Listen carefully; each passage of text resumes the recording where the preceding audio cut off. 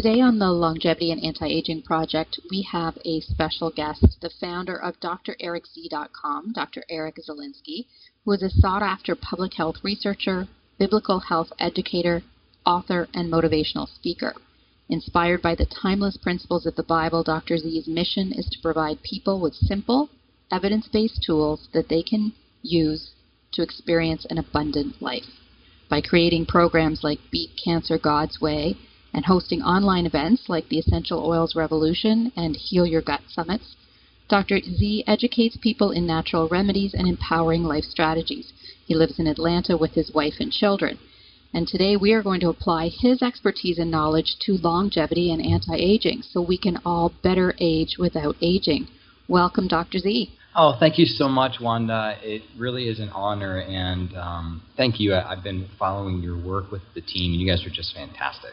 Thank you so much. We're thrilled to have you with us. So let's start with a little bit about you, because it's so nice for our listeners to get to know you a little bit better. What sparked your interest in public health and essential oils?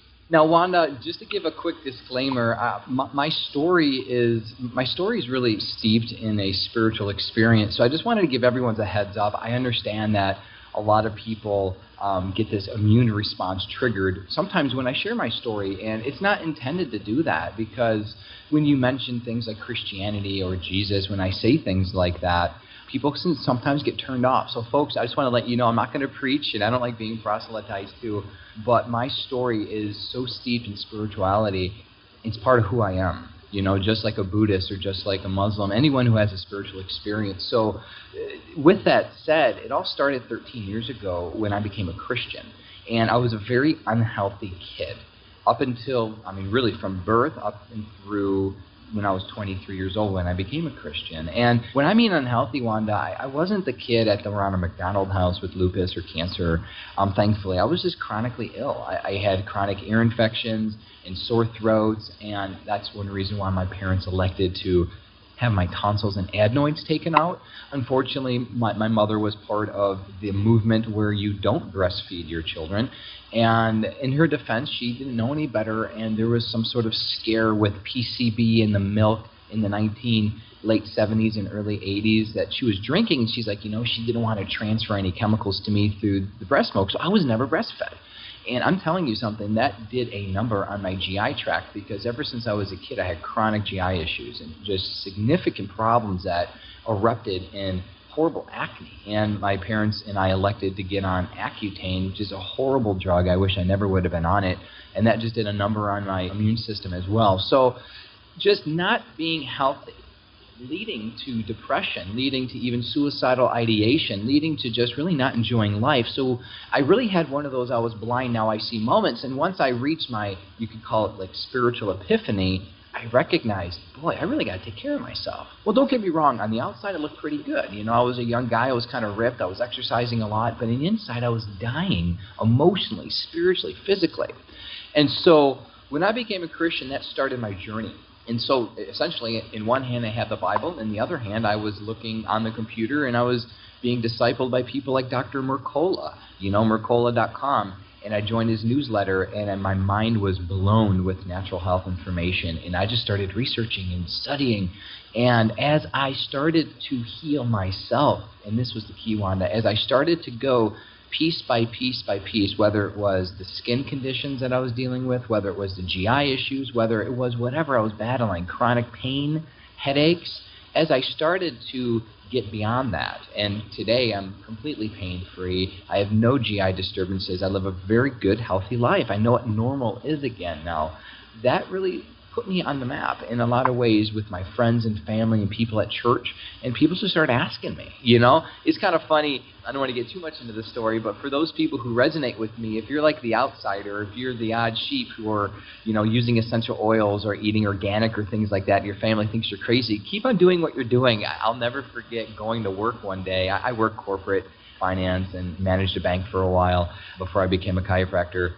I remember going to work with my green juice smoothie thing, and people just looked at me like I was crazy, like, what are you drinking? I'm like, oh, I'm juicing kale and collards and, stuff. Like, they tried it, and they were just, they looked like they just drank arsenic.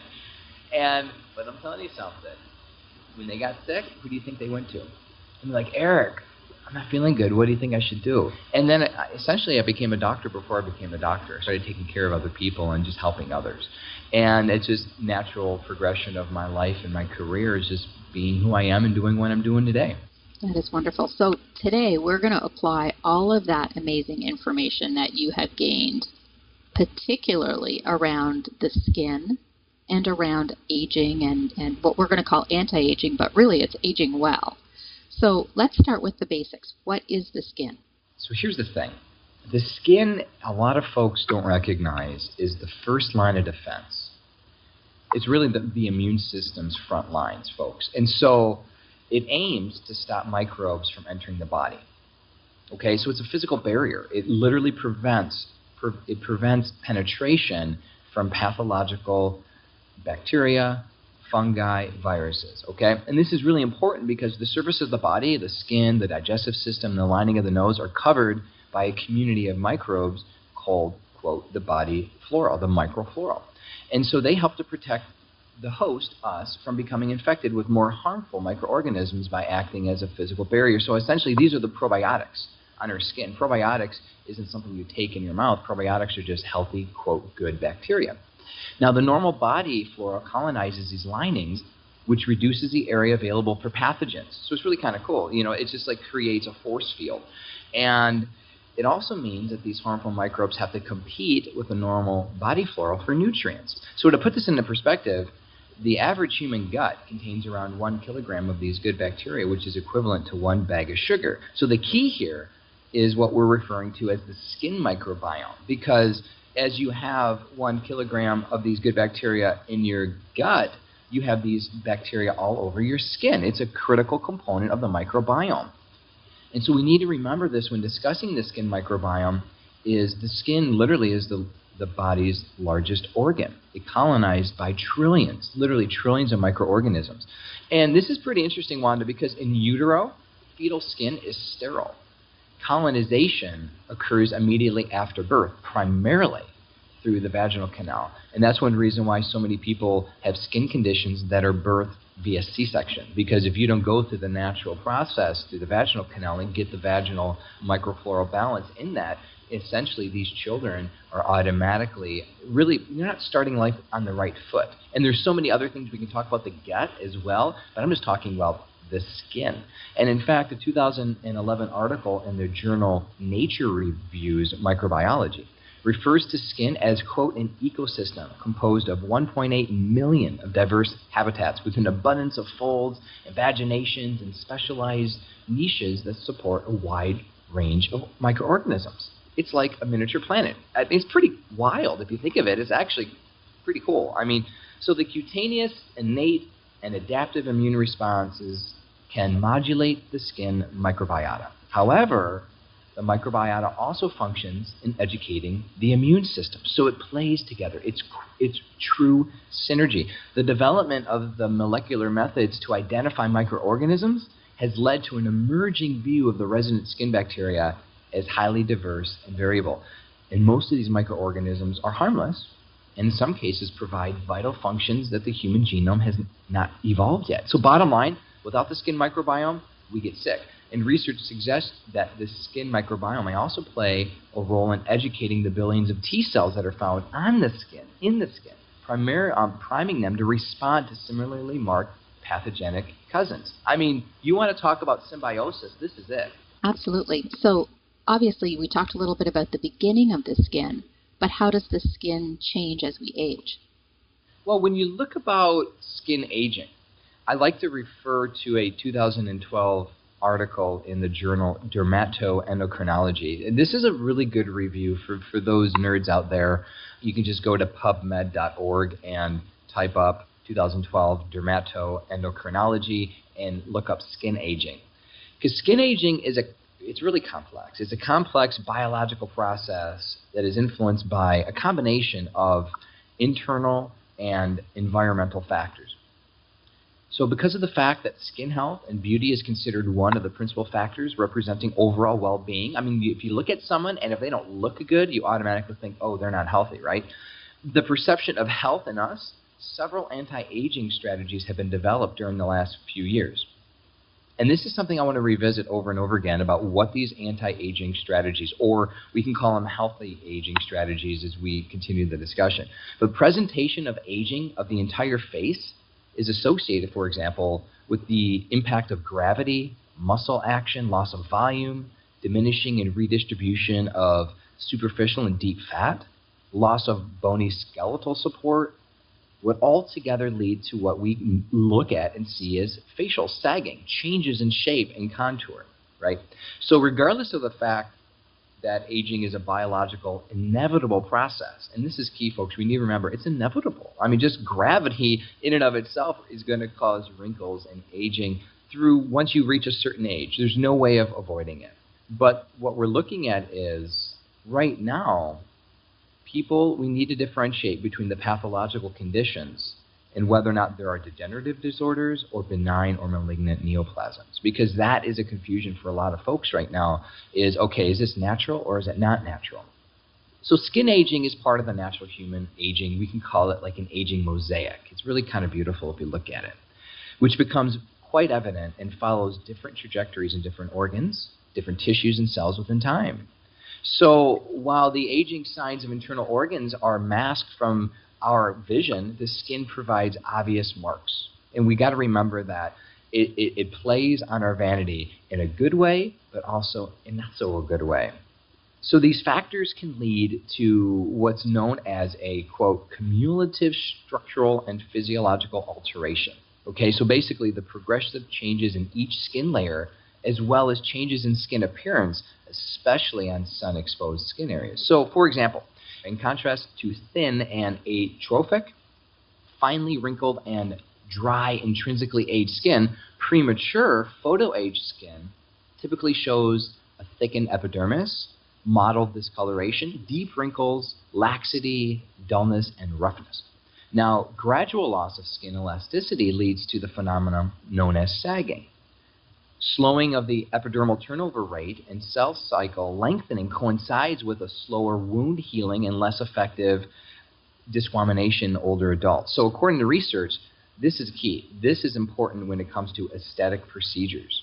And we need to keep this in mind because what are people doing to make themselves look better and look youthful? So this is important because many of these features are targets to product application and procedures to accelerate the cell cycle in the belief that a fast turnover rate will yield improvement in skin appearance and will speed wound healing. So when you look at the, quote, successful aging paradigm, it focuses on health and active participation in life. It counters a traditional conceptualization of aging as a time of disease and is increasingly equated with minimizing age signs on the skin, face, and body. Now, this is where I get passionate, right here. Unfortunately, when you look at successful aging, it's being accomplished by our medical colleagues, our dermatologist friends, with potentially harmful topical pharmacological agents and procedures, such as chemical peels, resurfacing and tightening, injectable skin rejuvenation and dermal fillers, and I still can't believe it, Botox, which is botulinum toxin. And last but not least, hormone replacement therapy.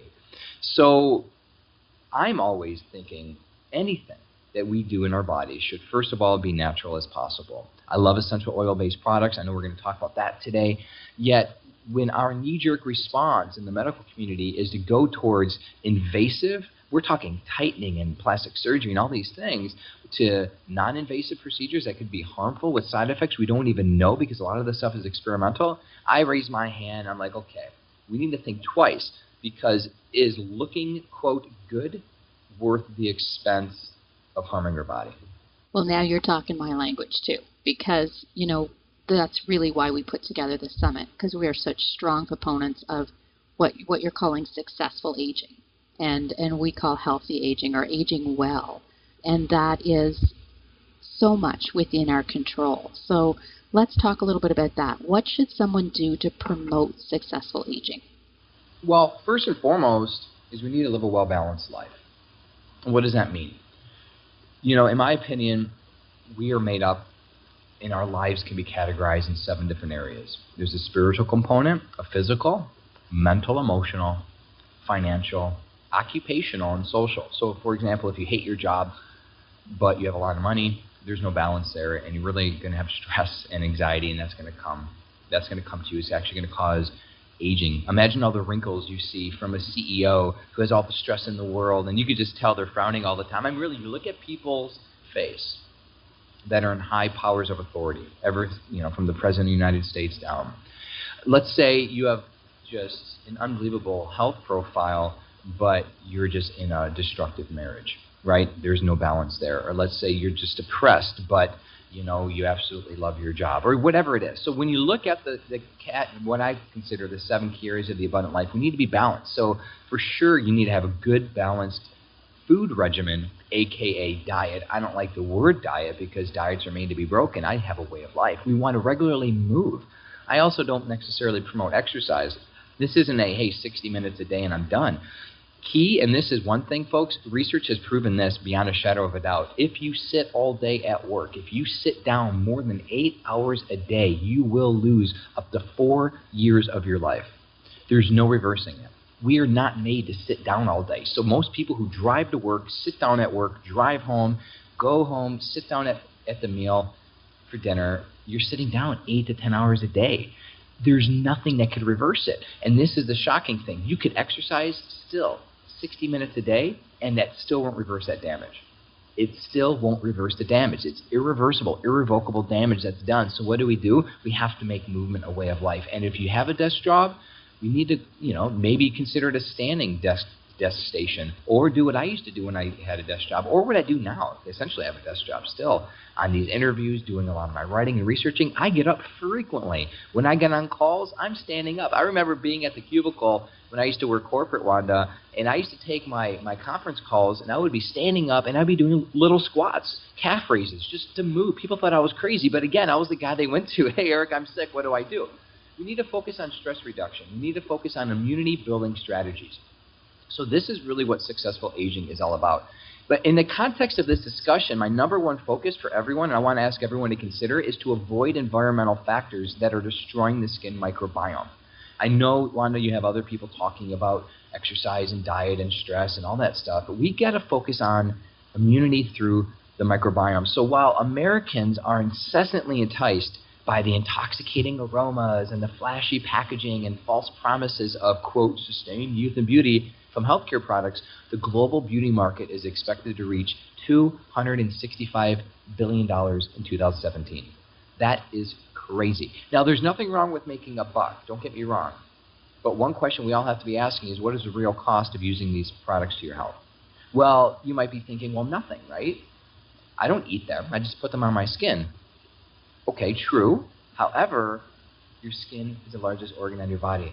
What you put on your skin goes into your body. Most reports out there in the research suggest that up to 60% of the chemicals you put on your skin, which are in the skincare products, enter your bloodstream. Just think about the price of beauty when you consider the long-term effects of putting chemicals on your body every day, whether it's a lotion or a potion or a shampoo or whatever it might be. So if this weren't enough, we have to think twice about our personal health care products, like the hairsprays and perfumes and powders that we oftentimes inhale. The laundry detergents that are rarely completely rinsed off, right? Because they can never be completely rinsed off because the residual chemicals will always stay in the clothes. They rub against our skin. The lipstick women wear are oftentimes licked and swallowed. Makeup is regularly absorbed by sensitive mucous membranes, and shampoos and conditioners run into our face, into our eyes and mouth. I mean, there's no way of avoiding the contact. So you can see how vital it is to be an avid label reader to make sure you're not really innocently poisoning yourself and your family. So most people think they're doing their bodies good by moisturizing their skin. Yes, true to an effect. Why not, right? It makes your skin feel good and look good and be smooth and attractive. And we're bombarded with advertisements telling us they're, quote, dermatologist recommended, that we should hydrate our skin. But I'm going to ask the inquisitive mind to join me in questioning, are we really hydrating our skin? You know, what if you were told that you were just clogging up your pores with dangerous chemicals and killing off the skin microbiome? Wouldn't it make more sense to use a natural oil that our ancestors used for our hands and legs than a mixture of chemicals in a plastic bottle? So here's a safe rule of thumb. If you won't eat it, you shouldn't put it on your skin. And this is my public enemy number one. So my public enemy number one, in a sense, are the chemicals. But what's the biggest culprit? Hand sanitizer. I preach against hand sanitizer all the time. And I have to tell you, folks, I've been living this lifestyle, like I shared, for 13 years. It wasn't until about 2.5, 3 years ago I got the revelation of hand sanitizer. I was that guy, obsessed. Every time I touched a door handle, every time I did anything, I would use hand sanitizer. Had it in my car, had it in my backpack, had it in my briefcase. I had it, my kids had it on their little lunch bags. It was everywhere. I was that guy because I was convinced I needed to kill the germs. Until I started doing research on this stuff, and I was floored. Simply put, hand sanitizer kills all the bacteria on your hands, including the good bacteria. We just talked about the good bacteria, how we need it, which our good bacteria educates our immune system to fight pathogens. So if we want healthy skin and a properly functioning immune system, we need to give hand sanitizer and all these antimicrobial products the boot. Absolutely. And that makes so much sense when you lay it out for us just like that, about what the skin does, why it's important, and where we're destroying that really natural immune system and aging defense that our body has. So what's the solution? What can we do instead? Number one, this is something we all can do.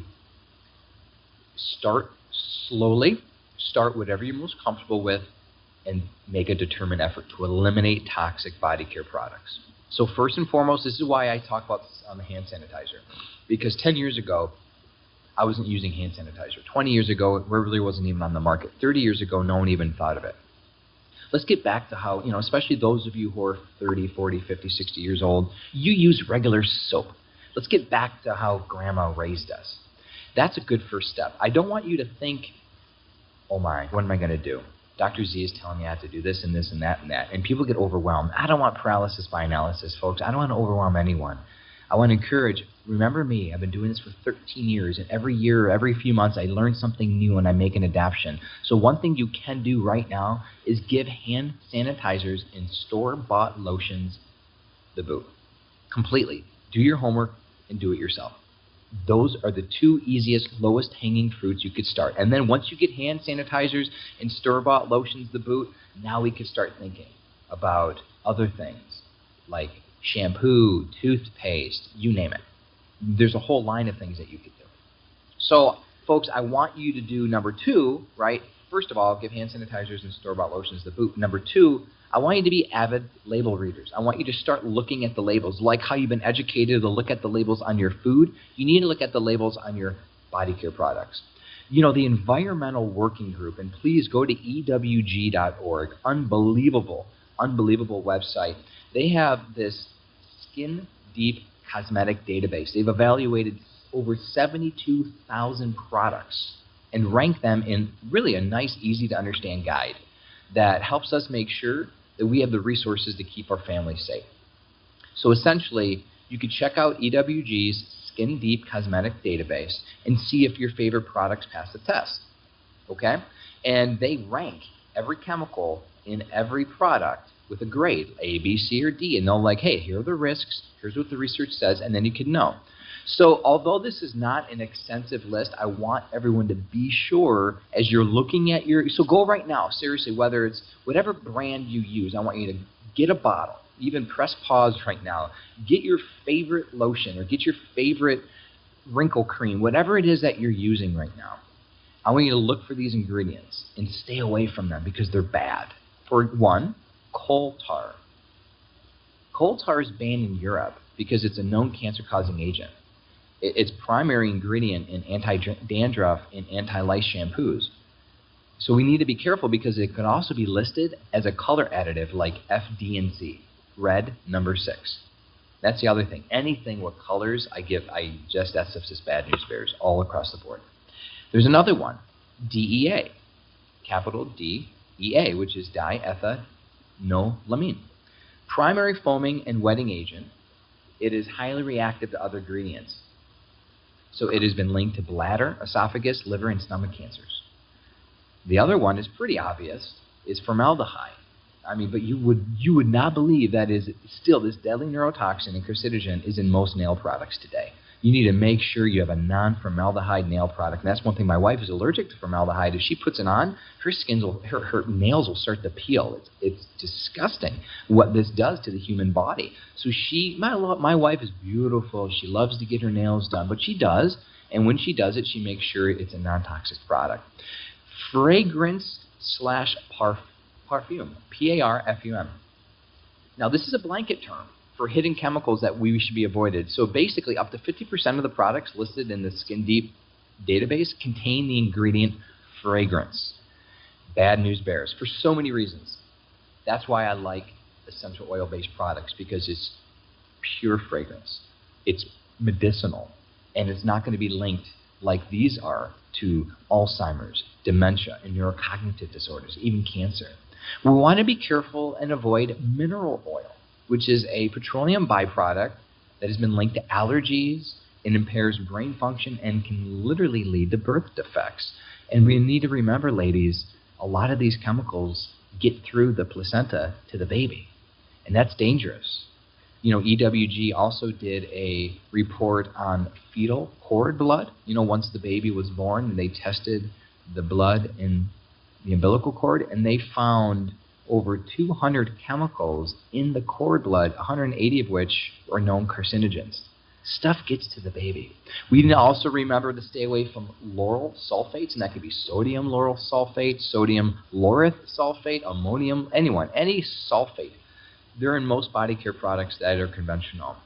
And according to EWG, research has shown that they put us at risk, again, for cancer, skin irritation, and organ toxicity. There's also parabens, propylene glycol, and talc.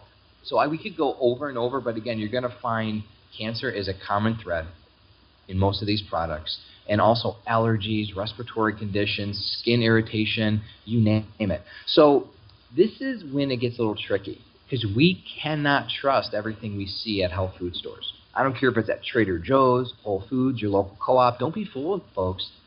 These companies claiming that their products are, quote, all natural or even, quote, organic, I don't buy it. And there's no actual monitoring by the FDA to make sure that these are, quote, all natural, because that is a very ambiguous term.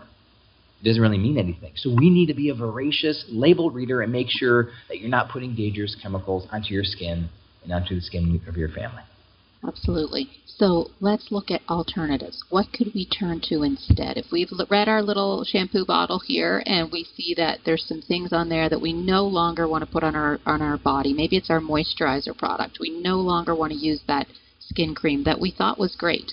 Now we know it's got at least 3 of the things that you listed already. So what are we going to do instead? Easy. Do it yourself. And if you have a family, especially if you have grandchildren or young children yourself, make it a family project. You know, how fun would it be once a week to get all the kids together? Because I know my kids love baking. They love making stuff. This is like an arts and crafts project. So I would encourage a way of life with the family, because this does not have to take away, because that's my number one complaint I get from people. Well, not complaint, but maybe concern that, oh, I just don't have the time. You know what? We do. We need to make the time. And we do spend our time on things, and we need to prioritize what it is. And this isn't something I want to encourage people to completely spend all day, every day. I know we need to eat and live and work and do things. But, again, if you need to make your own food because you don't trust the food at the store like you shouldn't, you got to make it a family event. Same thing with this. So keep in mind, coconut oil is fantastic. To me, it's quite possibly the most versatile fruit in the world. It's an oil made from coconut, and it is one of the healthiest foods we can eat. It is a fantastic moisturizer. It is antifungal and is great for oil pulling. If you haven't, you got to look up oil pulling. It's a fantastic Ayurvedic practice that detoxifies the mouth and the entire body. So the nice thing about coconut oil, it absorbs very quickly into your skin and leaves a pleasant aroma. I know people are allergic to this. I get this a lot too. So jojoba and almond are also good alternatives. Now, essential oils, this is my thing.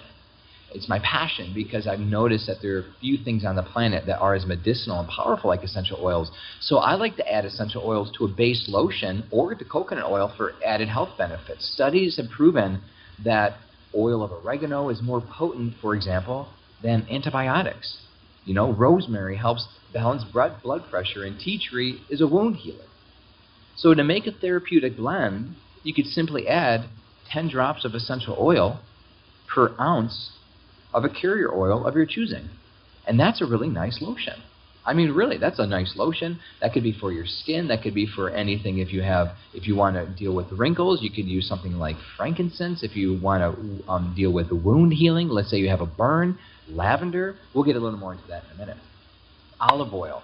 You know, let's not forget, used for over 3,000 years. Olive oil is a fantastic carrier for essential oils as well. But when you look at even scriptural references in the Jewish or Christian scriptures specifically, people anointed each other with olive oil on a regular basis. That's what they used. It is thicker than coconut oil. It doesn't absorb as quickly. So that's something we need to recognize. When you put olive oil on your hands will be a little bit greasy. So you need to be cognizant of that. You don't want to have grease all over the house. But it is fantastic for excessively dry skin and used as a good sunscreen. I also like shea butter. You know, this is the fat extracted from the nut of the African sheaf tree. Pure shea butter is a fantastic source of vitamin A that has exceptional health properties. For centuries, really centuries, people have used it to treat a number of skin issues like sunburns, insect bites, frostbite, skin allergies, wrinkles, dermatitis, and eczema. So if we want to make our own, let's start with the number one thing we're trying to get rid of, hand sanitizers. What can we do for ourselves? Easy, easy peasy. So, okay, here's the thing. First and foremost, we don't need hand sanitizer. I think that's really important to recognize. Good old soap and water. I mean, really. Now, I get it. I travel a lot. And let's say you're on the road. And hey, let's talk real for a minute. Let's say you have to change a diaper on the road and there's no bathroom near you. I've had that happen to me many a times. I have 4 children, right? I understand that. So what do? You want a good antimicrobial agent that won't kill the bacteria.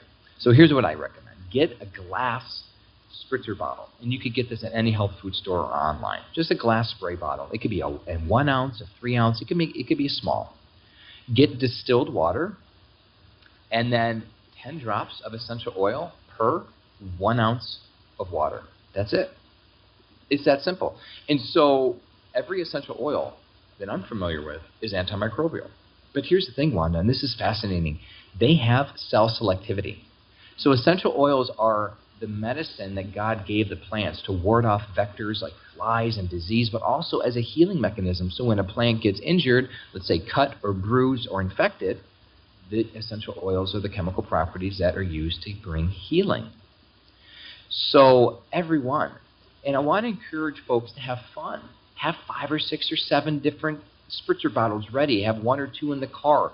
Have some in your house. Like we have everyone in every one of our bathrooms, and we have a couple in each car. You want to use an oil to promote whatever you want to promote. Like, for example, lavender. Lavender is very calm. It's very soothing. If you're battling with a stressful job or if you're battling with just anxiety at this point of your life, you might want to have lavender. If if maybe you're down a little bit, you're struggling with depression or PTSD, or maybe you're lonely, why not use a citrus oil? Citrus oils like bergamot, lime, lemon, grapefruit are fantastic. They're mood elevators. Mood elevators, unbelievable what they could do to bring joy and happiness and peace. And you could go along that route, okay? So we're going to talk a little bit about some of my favorite blends, but I want to encourage you to play, to have fun, and find what works for you. And you're going to see a similar trend when it comes to the other things. So when you look at lotion and body oil, this is easy too. You get an unscented base like coconut, almond, jojoba oil, or shea butter.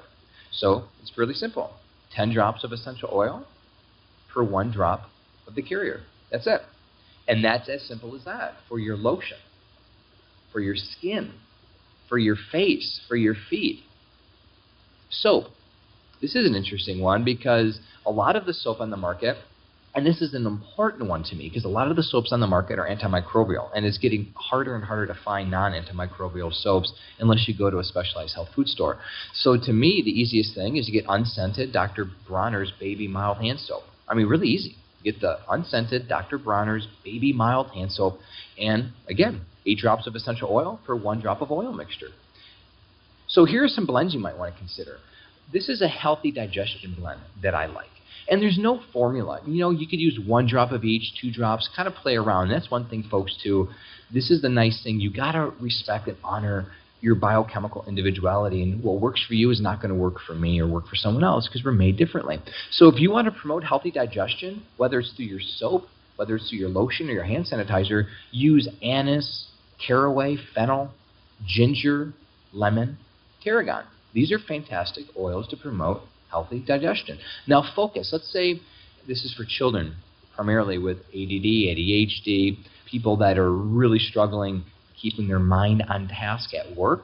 These oils are great for focusing. Cedarwood, frankincense, sandalwood, and vetiver. The immune boosting blend that I like, you could utilize cinnamon, clove, eucalyptus, rosemary, orange, and lemon. Love that blend, especially during flu and cold season. Folks, studies have shown variations of this blend literally kill the flu virus. Research has proven that airborne pathogens, which is fantastic. So think twice about the flu shot. Consider maybe an immune boosting lotion instead. So if someone who might be struggling with breathing, as asthmatic, maybe someone with emphysema, someone with just a chronic sinusitis, why not use cardamom, eucalyptus, lemon, peppermint, rosemary, tea tree? That's a great deep breathing blend.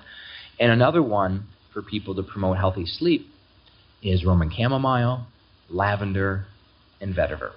Awesome, awesome, awesome, awesome. And for those of you who want what's known as the Holy Anointing Blend, I get asked this a lot, especially being a biblical health educator. That's cassia, cinnamon, and you could add frankincense and myrrh. That's just a great, that's something that's going to remind you of the incense that you smell at church.